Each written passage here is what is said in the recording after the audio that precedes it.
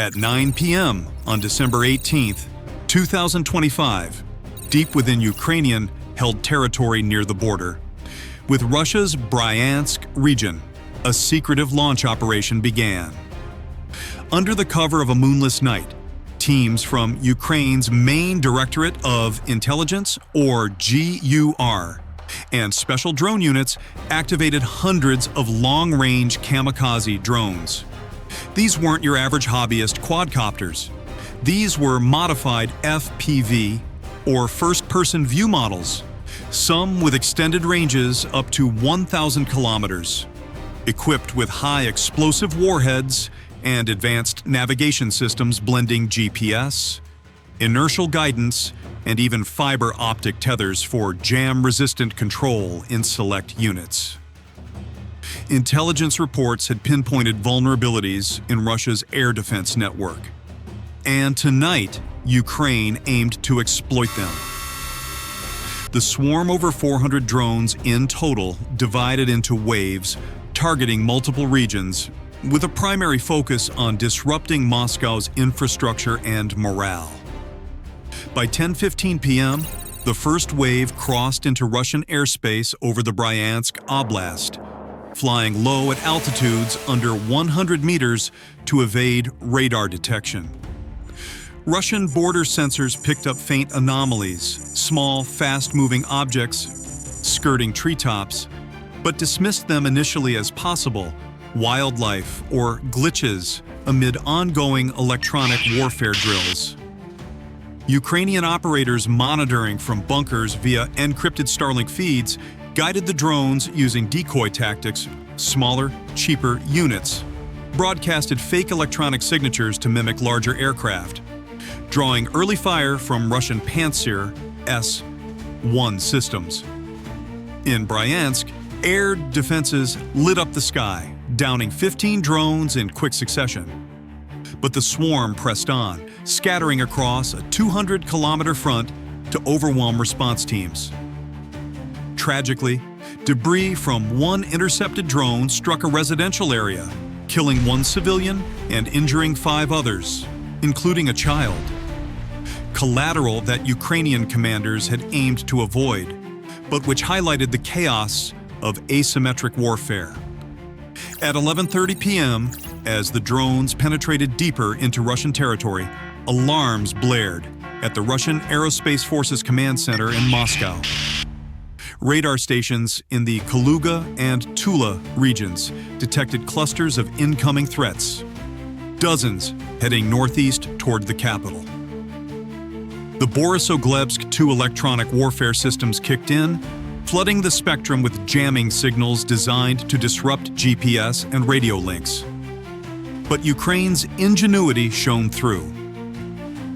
Many drones switched to autonomous modes, relying on pre-programmed inertial navigation and visual AI to correct courses based on terrain mapping from prior satellite imagery provided by allies like Maxar.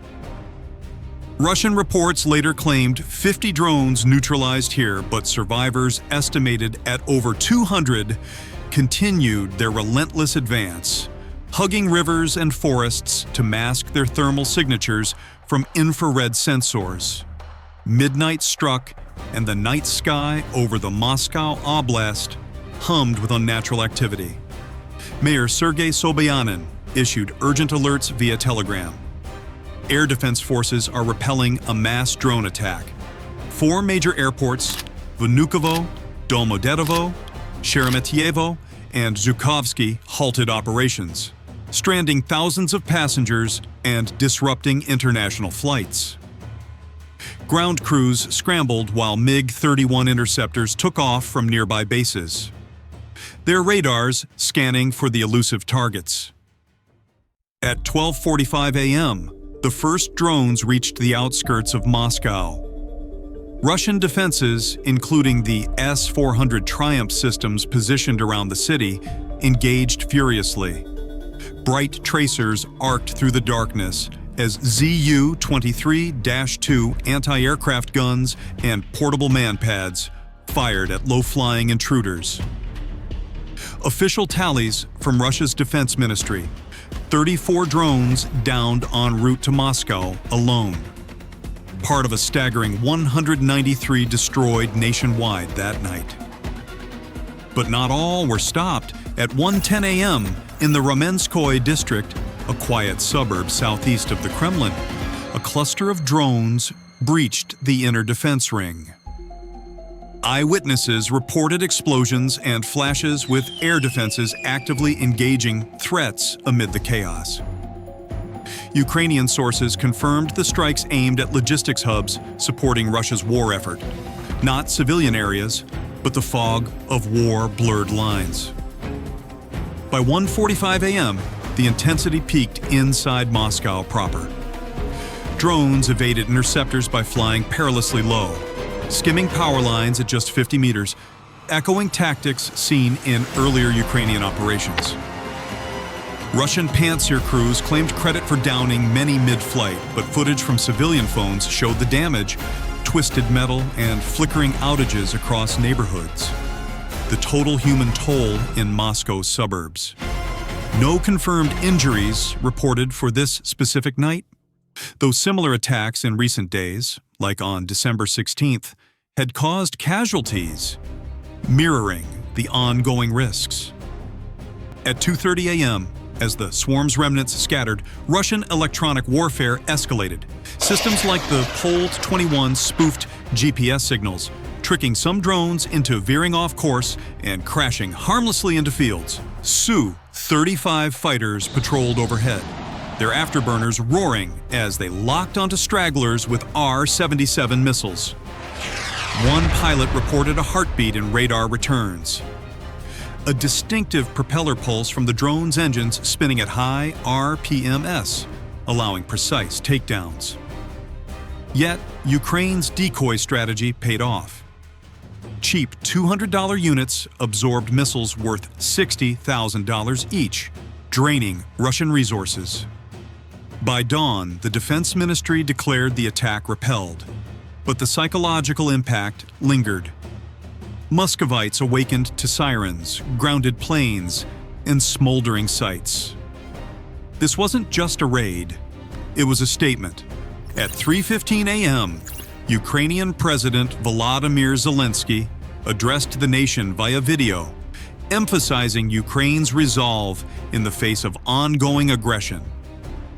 Intelligence analysts noted this as one of the largest Ukrainian drone barrages of 2025, surpassing November's records and exploiting gaps in Russia's layered defenses, which include S-300/400 batteries, Boris Oglebsk jammers, and acoustic sensors like the one B-75 penicillin. The attack disrupted Moscow's daily operations temporarily, with economic costs estimated at millions due to airport closures and infrastructure repairs. By 4 a.m., cleanup crews swarmed the sites. In Bryansk, where the assault began, one fatality, a civilian caught in crossfire, underscored the human cost. Russian President Vladimir Putin convened an emergency meeting, vowing an overwhelming response and labeling the strikes terrorism. Yet, military experts highlighted vulnerabilities. Despite downing 193 drones, including the 34 near Moscow, the sheer volume, per Ukrainian claims, overwhelmed systems designed for fewer threats. This echoed broader trends. Russia had faced surging Ukrainian drone attacks in 2025, with refineries, depots, and even air bases hit repeatedly, costing billions. At 5:30 a.m., as the sun rose over a tense Moscow, airports reopened amid heightened security. Mobile air defense units, including Pantsir S1s on trucks, deployed around the Kremlin, a visible sign of paranoia. Ukrainian drones had flown 600-plus kilometers, penetrating what Russia boasts as the densest air defense network on Earth. The physics-defying feat, low-altitude flight, AI-assisted evasion, and simple propeller tricks to mask signatures. One drone reportedly cut engines mid-flight, gliding silently past radars using ground reflections to confuse missiles. This operation rewrote modern warfare. A $500 drone neutralized multi-million-dollar assets, proving dominance lies in creativity, not budget. Ukraine's asymmetric edge, integrating human from partisans, satellite recon, and electronic deception, turned weakness into victory. The smoke over Moscow wasn't just from wreckage. It symbolized a nation's unyielding fight for freedom. In the end, December 19, 2025 marked a turning point. Russia's southern and western fronts felt the ripple, disrupted supplies, shaken morale.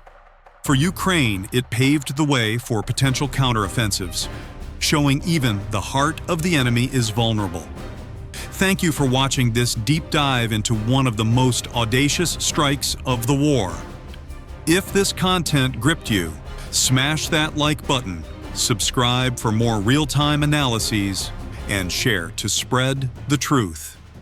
Your support fuels our mission. Stay vigilant. See you in the next video.